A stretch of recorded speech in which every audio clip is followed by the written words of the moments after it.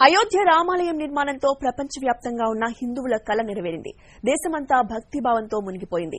తాజాగా United Arab Emirates లో అతిపెద్ద హిందూ దేవాలయం నిర్మాణం జరిగింది. ప్రధానమంత్రి నరేంద్ర మోడీ రేపు దీన్ని ప్రారంభించనున్నారు.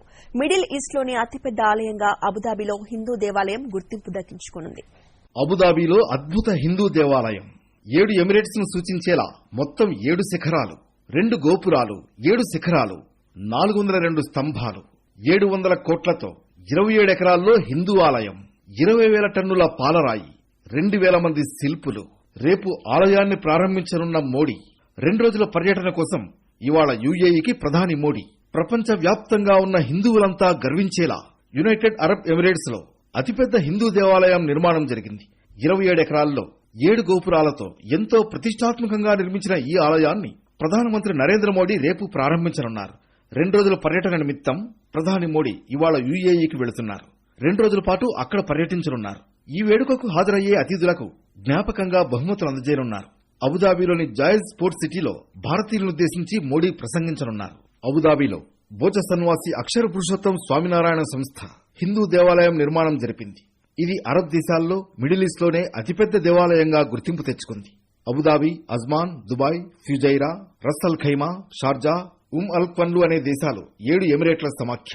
ఈ మొత్తం ఎమిరేట్ కు ఒక పాలకుడు ఉంటాడు. 7 ముక్త కంఠంతో ఆలయ నిర్మాణానికి ఆమోదముద్ర వేశారు.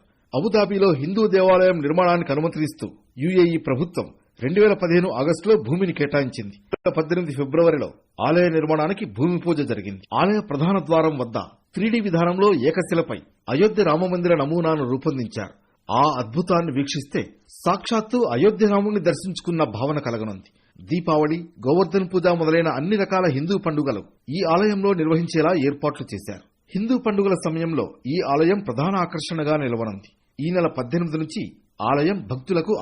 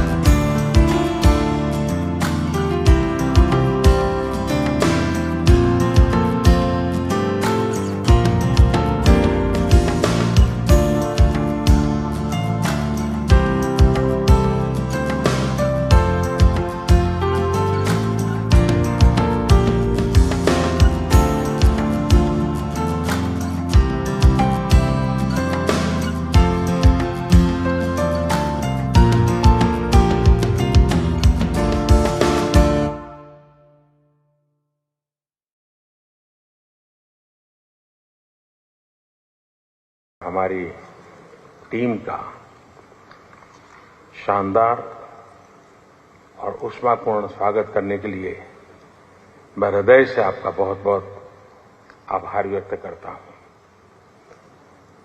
और जैसे आपने कहा, मैं पूरी तरह उसको फील करता हूं। मुझे हमेशा लगा है कि जब मैं आपके पास आया हूं, आप लोगों के बीच आया हूं, तब हमेशा लगा है कि जैसे मैं अपने ही घर में आया हूं, अपने ही परिवार के ही सदस्यों के साथ मैं मिलने आया हूं। ऐसा मैं हमेशा अनुभव कर रहा हूं। और हमारे संबंधों की गहनता ऐसी है, पिछले 7 महीने में हम 5 बार मिले हैं। ये शायद बहुत रेयर होता है। मुझे भी यहां 7 बार आने का अवसर मिला है। यानी ये हमारी निकटता है। और हर क्षेत्र में हम लोग जिस प्रकार से आगे बढ़े हैं, और आज भारत और यूएई के बीच में हर क्षेत्र में एक सांझी भागीदारी हो रही है। आज भी हम कई महत्वपूर्ण फैसले करने जा रहे हैं। हम यूपीआई मेरा और हमारा जीवन कार्ड, इन दोनों का एक प्रकार से एक नया युग शुरू हो रहा है फिनटेक का। और ये भी अपने आप में बहुत बड़ा अनुभव है। उसी प्रकार से मैं आपका हृदय से आभार व्यक्त करना चाहूंगा कि आप समय निकाल करके मेरा निमंत्रण स्वीकार करके मेरे होम स्टेट आए, वाइब्रेंट गुजरात समिट को